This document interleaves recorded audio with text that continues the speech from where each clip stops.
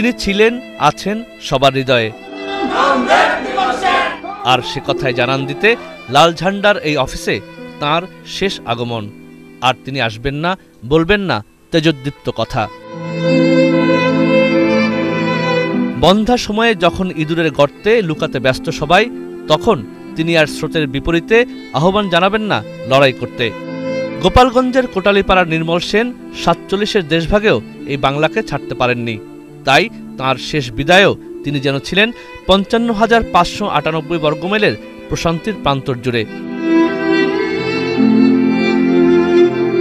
গণতান্ত্রিক বিপ্লবী পার্টির অফিস থেকে তাঁর মরদেহ নিয়ে যাওয়া হয় জাতীয় প্রেস ক্লাবে, যেখানে তাঁর জীবনের অনেকটা সময় কেটেছে। শ্রদ্ধায় নুয়ে পড়ে যেন পুরো সাংবাদিক সমাজ। সাংবাদিকদের অধিকার আদায়ের জন্য তিনি নিরলসভাবে সংগ্রাম করে যাচ্ছেন। সাংবাদিক সমাজ একজন সাহসী, অকুতভয়, বস্তুনিষ্ঠ সাংবাদিককে আমরা হারিয়েছি। সংবাদপত্রের স্বাধীনতা আন্দোলন এবং সংবাদপত্রকে সংগঠিত করার কাজে নিজেকে নিয়োজিত করেন। এই শহীদ মিনারে তিনি শ্রমজীবী মানুষের দাবির কথা বলেছেন, স্বৈরতন্ত্রের বিরুদ্ধে উচ্চকিত হয়েছেন, অনশনে বসেছেন। সেখানে দলমত নির্বিশেষে সবাই হাজির হয়েছিলেন সাদা মনের মানুষটিকে হৃদয় নিংড়ানো ভালোবাসা জানাতে।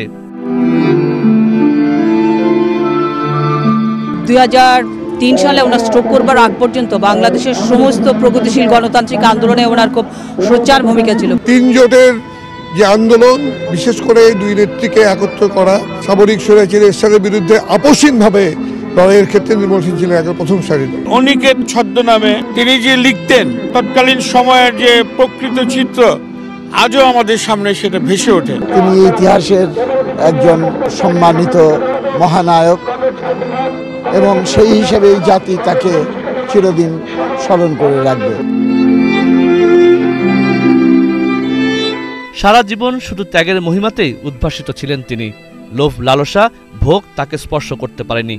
তাই বুঝি অমল ধবল আকাশে মিলিয়ে গিয়েও নিজের দেহ দিয়ে গেলেন চিকিৎসা শাস্ত্রের শিক্ষার্থীদের মাঝে জ্ঞানের আলো জ্বালাতে।